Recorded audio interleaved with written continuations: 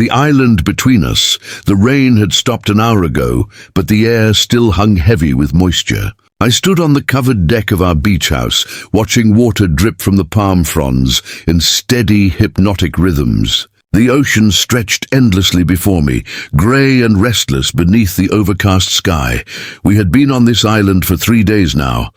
My name is Sarah Chen, and I'm a marine biologist. The research grant had seemed like a gift from heaven. 6 weeks on a private tropical island, studying coral regeneration patterns. What I hadn't counted on was the storm.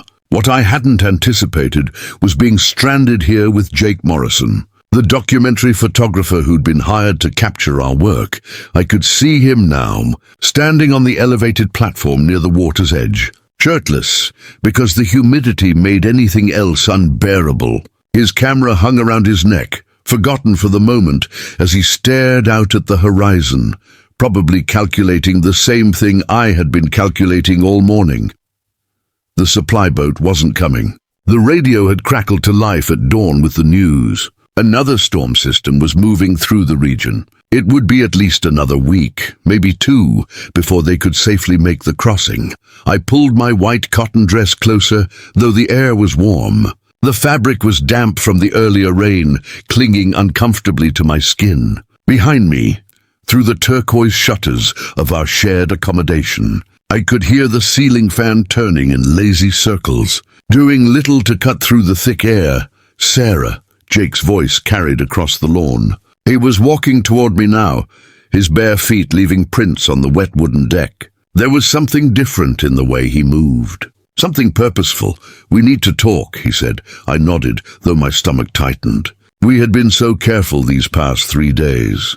Polite, professional, keeping to our separate spaces in the house, coordinating our schedules so we wouldn't be in each other's way. It had been exhausting.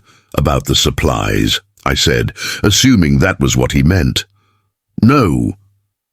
He stopped a few feet away, his dark eyes meeting mine. "About this," he gestured between us, a simple movement that somehow encompassed everything. The tension, the careful distance, the words we hadn't spoken. I turned away, looking back out at the ocean. "There's nothing to talk about." "Sarah," his voice was softer now. "We both know that's not true. The problem had started on the first day. That moment when he'd helped me carry equipment from the boat, and our hands had touched. The way he'd smiled when I'd made a joke about the weather. The long evening when we'd sat on this same deck, drinking wine and talking about everything except what we were both feeling. I'm 34 years old. I've been married to my work for the better part of a decade. I understand molecular biology and ecosystem dynamics. I can explain the intricate relationships between coral polyps and zooxanthellae algae. But this I didn't understand at all, Jake," I said quietly. "You're here to do a job. I'm here to do a job. We're professionals, and we're also human beings," he replied.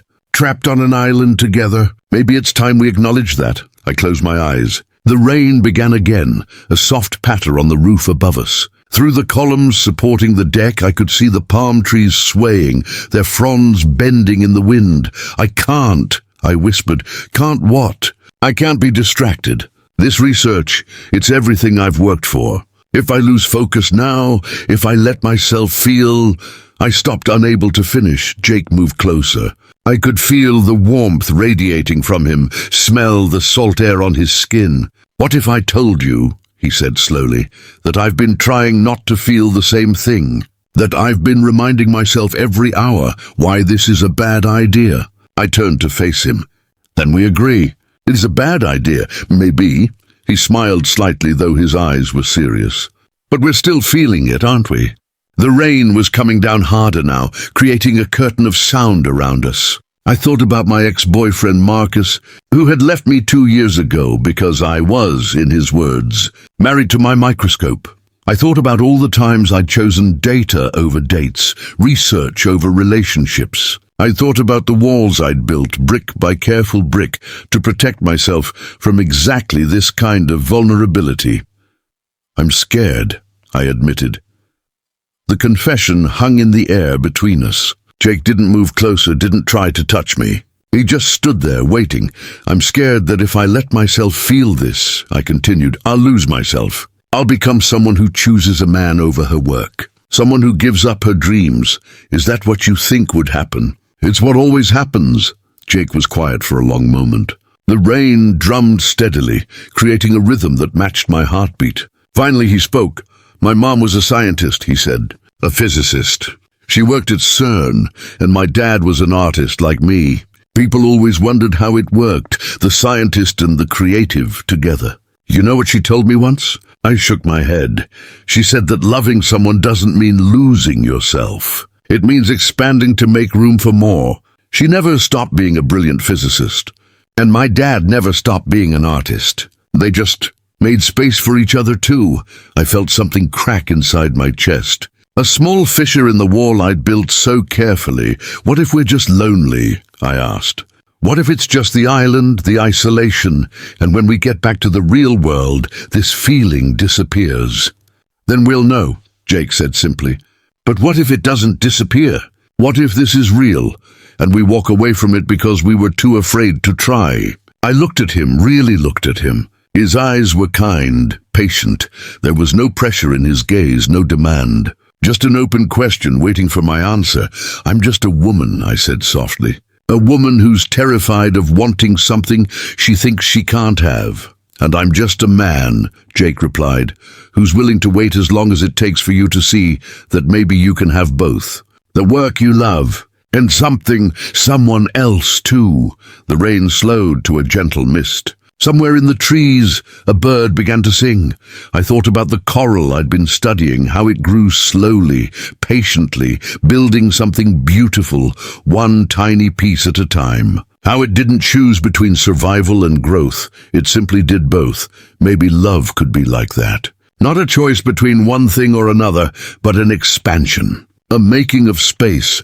I reached out and took Jake's hand. His fingers wrapped around mine, warm and solid. We're stuck here for another week, I said. At least, he agreed. We could take it slow.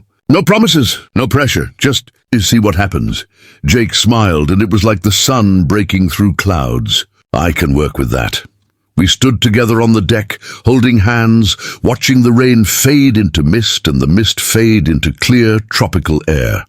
The ocean rolled on, endless and patient. The island surrounded us, not a prison but a gift, a space outside of time where two people could find something they hadn't known they were looking for. And for the first time in 3 days, I felt myself relax. The fear didn't disappear entirely, but it no longer seemed insurmountable. Come on, Jake said gently. Let's go inside. I'll make us some coffee, and you can tell me more about those coral polyps. I actually want to understand, I laughed, surprised. You do? Of course. It's part of who you are. And as we walked together into the house, the turquoise shutters framing our path, I realized something important. Love didn't have to mean losing myself. It could mean being seen fully and completely and chosen anyway. The island had trapped us here. But maybe, just maybe, it had also set us free.